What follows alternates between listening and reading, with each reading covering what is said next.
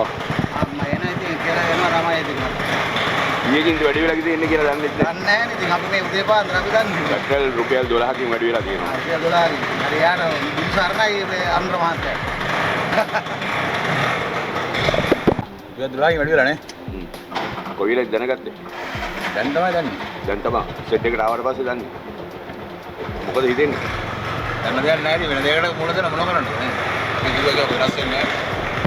මිල ගණන් මොකද වෙනසක් වෙලා තියෙන්නේ? තාම නැගිට විතරනේ නේ. මිල ගණන් ගැන කියන්නේ නැහැ නේද? ඔව්. ඩීසල් එක නැවක් පෙන්නන්න කියන්නේ. මොකද දෙන්නේ කියලා? ලංකාවේ ඇතුලේ තියෙන ඩීසල් ටික නිකම් බොරුවට ගණන් කර අර මිනිස්සුන්ව මරන් කනවා මේක. ඒකනේ කරන්නේ. ඇත්ත කතාව. රටේ තියෙන තෙල් ටික විතරයි මේ ගණන් වැඩි කරන්නේ. පිට රටකින් ආවේ නැහැනේ තාම නැවක්වත්. මොකද වෙලා තියෙන්නේ? දන්නවද වැඩි වෙලා කියලා? කීයකින්ද? කීයකින්ද වැඩි වෙලා තියෙන්නේ? දන්නේ 12කින්. 12කින්. මොකද හිතෙන්නේ? පබ්ලික් ට්‍රාන්ස්පෝර්ට් එක වැඩි දියුණු කරන්න. එච්චර රටේ කියන්නේ. වෙලා තියෙන්නේ.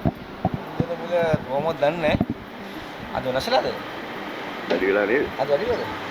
දන්නේත් නැහැ. දන්නේ නැහැ තාම මේ බලන්න හම්බුනේ නැහැ මට. වැඩි වෙලාද දන්නේ නැහැ. තාම මේ ඊයේ නිවුස් වල කිව්වේ නැහැ බයි. රෑ නේද කිව්වේ? ඊයේ රාජ්‍යවත් දන්නවා වැඩි වෙද? දෙයක් ගන්න. මේ අහලා බලන්න කීයකින්ද වැඩි වෙලා තියෙන්නේ කියලා. ඉතින් වැඩිලාද? 12කින් වැඩි වෙලා.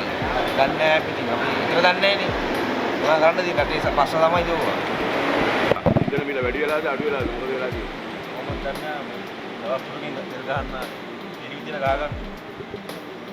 මොනවා කරන්නද යන විදිහ ඕගන්නේ. වැඩි වෙලා නේද? මිල වැඩි වෙලාද මොකද වෙලා තියෙන්නේ? දන්නේත් නැහැ නේද උදේ එනකොට. එතන මිල ගැන හිතෙන්නේ. අඩු වුණා.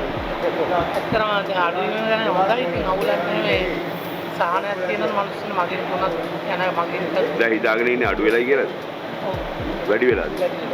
සිහි වැටිලා ඒකේ මානසික ආරාධන අමාරුයි නේද මගින් තුනක් මේ පස්සුද අයිතිකාරකවල දැන් අපි ආදායම වෙන භාගයෙන් භාගයක්ම තෙල් වලට තමයි සල්ලි යන්නේ උතුරට හම්බෙන්නේ පොඩි ගාණයි දන්නේ නැහැ. මොකද දන්නේ නැද්ද? දන්නේ නැහැ.